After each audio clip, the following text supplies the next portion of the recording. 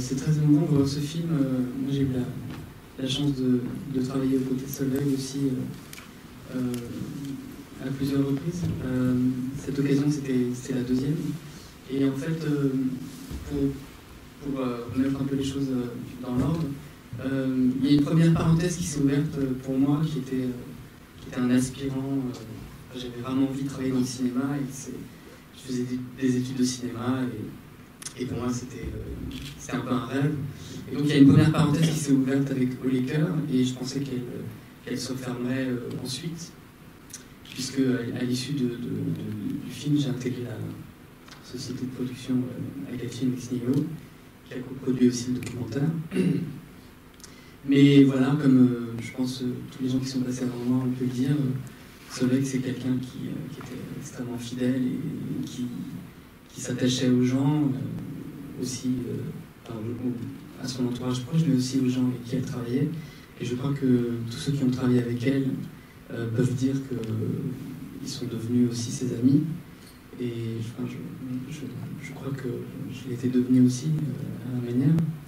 Et donc c'est vrai que lorsqu'on a terminé le tournage de Laker, qui était un film et une expérience inoubliable, et que j'ai commencé à bosser chez Agatine, je pensais que je continuerais à voir Solveig, mais un peu de loin, et en fait les liens se sont jamais distendus. Et elle a insisté en fait auprès du producteur pour que je fasse partie, alors même que j'avais intégré la société, de cette expérience de vie. Et voilà, donc pour moi c'était un deuxième cadeau. Et donc on a eu l'occasion de passer quelques temps en Islande et d'aller à la rencontre à la fois d'un pays et de ses personnages. C'était pas encore la crise, mais je peux vous dire que déjà ça n'allait pas très bien. Je pense qu'on le perçoit un peu en filigrane dans le documentaire. Mais malgré tout, ce que Solveig a voulu montrer de l'Islande, c'est, je pense, avant tout un regard poétique et profondément amoureux de ce pays pour lequel elle avait une affection particulière. On en parlait tout le temps. Et si je vous dis tout ça, c'est parce qu'en fait, ce qui me fait rire aujourd'hui, quand je vois le film avec beaucoup d'émotions et beaucoup de très bons souvenirs, c'est que ce film, c'est une commande d'Arte. Je peux vous le dire, d'autant plus que maintenant je travaille à Arte, donc je sais un peu comment se font les choses. Une commande, ça veut dire un cahier des charges, ça veut dire une espèce de cadre un peu précis à respecter. Et lorsque le projet du documentaire est arrivé à Arte, moi qui l'avais vu sous la main, qui avait fait les dossiers, qui les avait envoyés à la chaîne, etc., j'étais à peu près persuadé qu'on allait lui demander de faire quelques petites modifications. Et en fait, je pense que tout le monde a été charmé par la proposition qui était assez...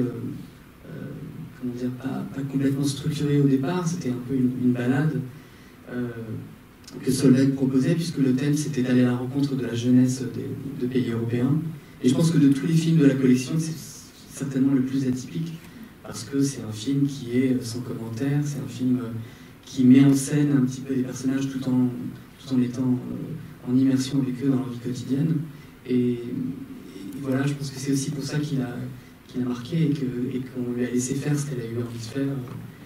Donc ces personnages, c'est aussi Myria qui lui a permis de les rencontrer. Myria Samper qui était l'assistante de Solveig un peu sur le terrain, et qui est allée à la rencontre de personnages qu'elle jugeait intéressants parce qu'elle-même connaissait très bien Solveig. Et c'est pas par hasard si les deux héros du film sont Tina et David, qui sont des artistes à l'époque en herbe, mais des artistes aujourd'hui. Et voilà, et je pense qu'ils ont habité à la fois le film, et ils ont inspiré Solveig en lui donnant une ligne directrice qu'elle n'avait peut-être pas au départ. Voilà. Donc pour ma part, c'était une expérience inoubliable, et je crois que pour tous ceux qui ont eu l'occasion de vivre le tournage, avec des membres de l'équipe de l'ancien film, c'est-à-dire Olivier Mouzin, Isabelle Azavet, Martin Miller et quelques autres, on a gardé, je pense, à jamais ce petit coin d'Islande dans notre cœur, et aussi un petit peu de Solveig avec nous. Donc moi, je suis très heureux d'avoir pu revoir ce film et d'avoir eu l'occasion de partager avec vous.